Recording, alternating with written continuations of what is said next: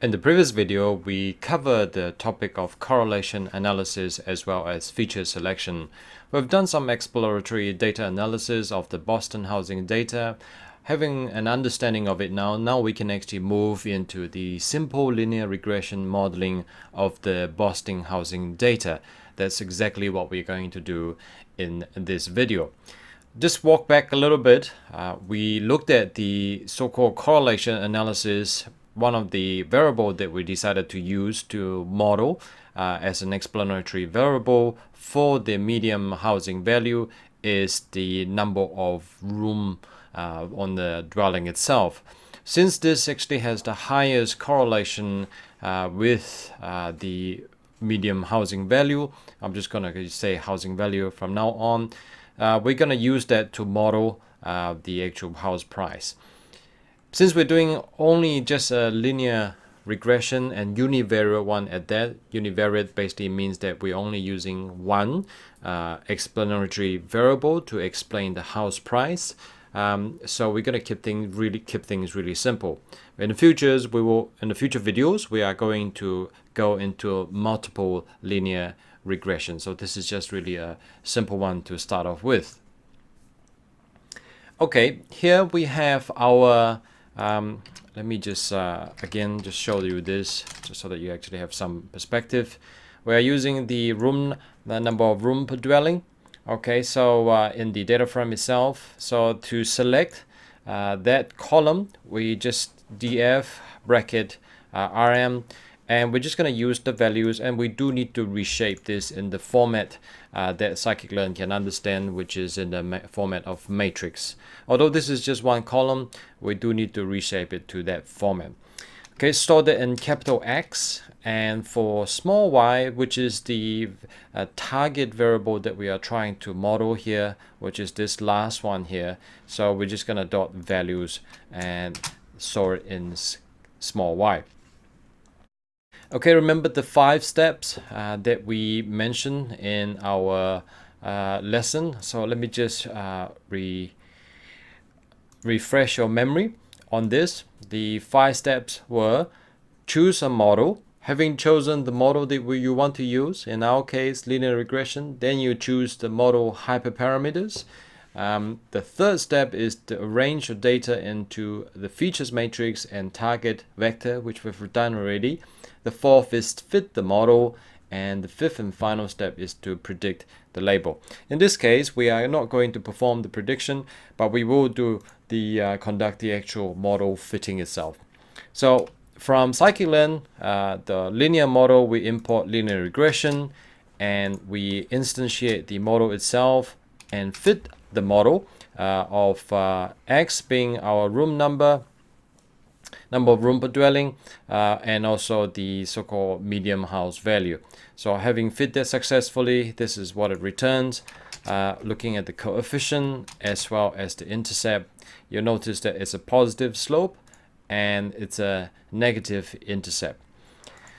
Right, having done all that, let's visualize this a little bit just to see what it actually what our model looks like. So I'm just using the Seaborn, which is why the SN has here, regression plot of x and y, which is what we provided, and x label being the average number of rooms per dwelling, y label being the median value of owner-occupied home in the 100,000s.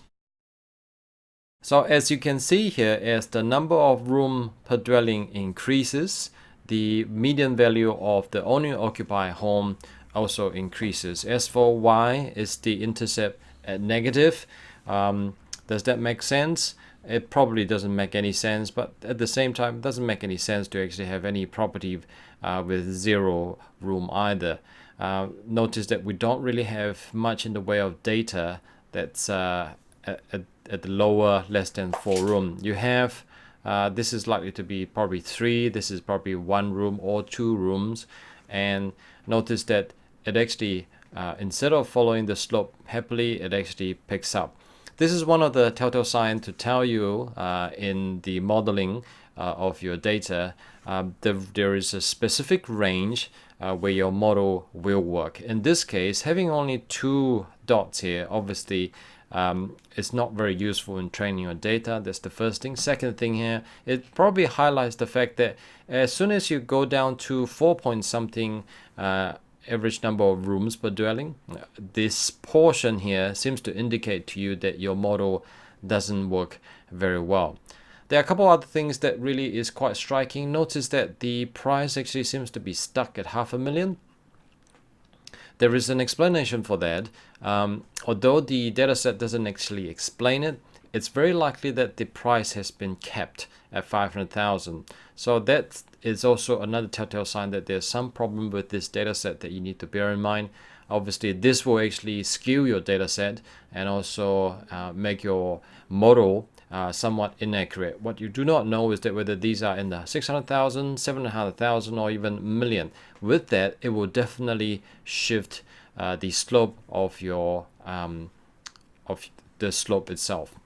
And notice that there's also an outlier here. These are things that pays to actually study to find out what is actually going on, because it's going to have an impact on the model itself. If that happens to be, let's just say, not recorded correctly, you might want to drop that, because again, this one outlier here is really quite massively different from the rest. With our projector, it should be around 450,000 or maybe close of $500,000. But in this case, it's actually around 210,000, 220,000. That's probably something to pay attention to. It could also be other factor that we didn't take into account of. So we shall leave that.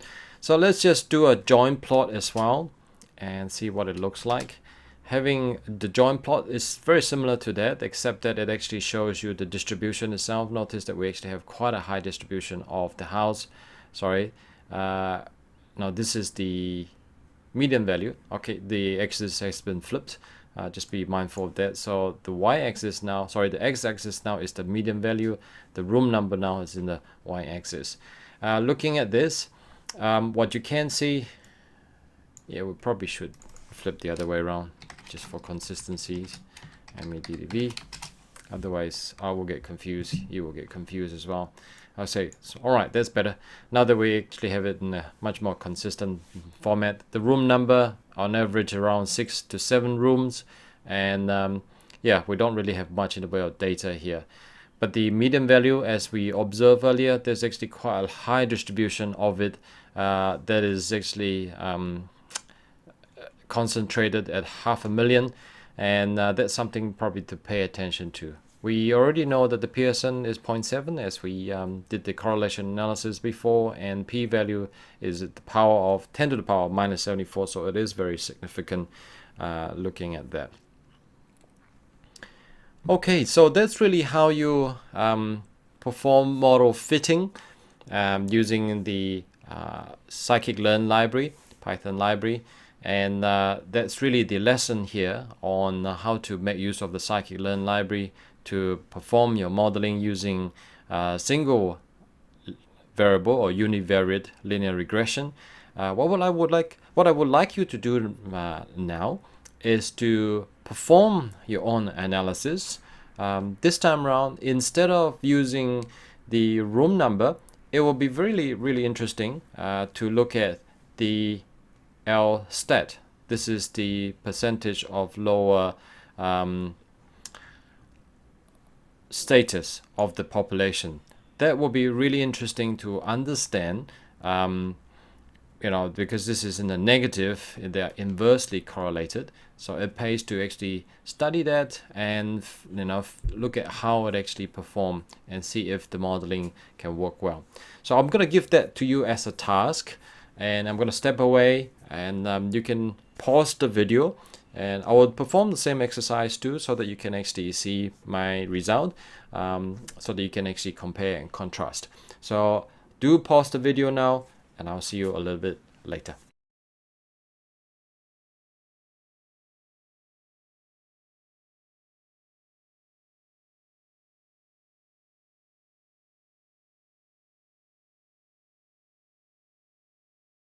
Okay, welcome back. I've performed the analysis. I hope you have found you've done likewise, so that you actually have some exercise to actually get yourself comfortable with the scikit-learn library, and also how to actually walk through the 5-step.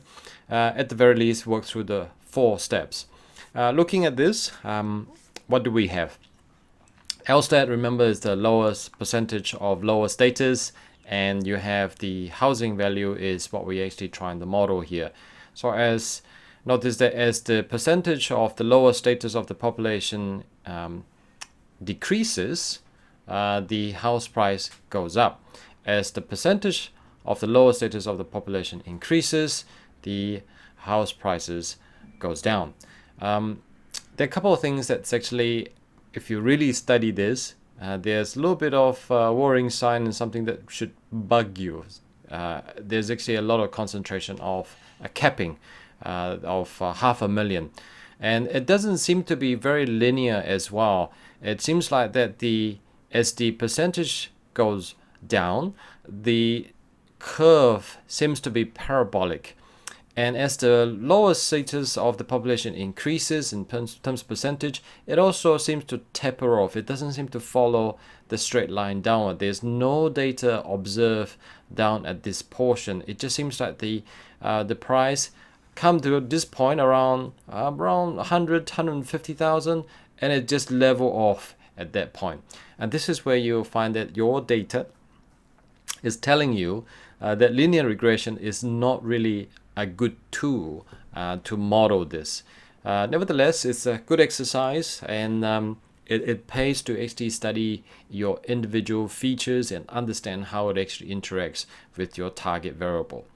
And again, if we look at the same slightly different plot, but on the same variable, you have the again the lower proportion as well as the median price value. Again, you look at the distribution itself, and basically you can observe the same thing, but the p-value is just as high. 10 to the power minus 88 again is significant, but now that we have zoomed the actual scale out, it just looks like that there is definitely a non-linear relationship here. So I hope this lesson has been extremely useful for you. In this lesson, what we have covered really is the scikit-learn library itself, how to fit it. Of course, we cover other really important things too, is that observe, pay attention to your own data, and look for something that's give you the warning sign, such as the capping of data, lack of observation, linearity of your data itself, and yeah, so I hope you have found it useful, and that's pretty much the end of this video. In the next video, we're gonna go into a slightly different regression and move away from linear regression. Now we're gonna move into robust regression and see how that will improve our modeling effort. So I look forward to seeing you in the next video.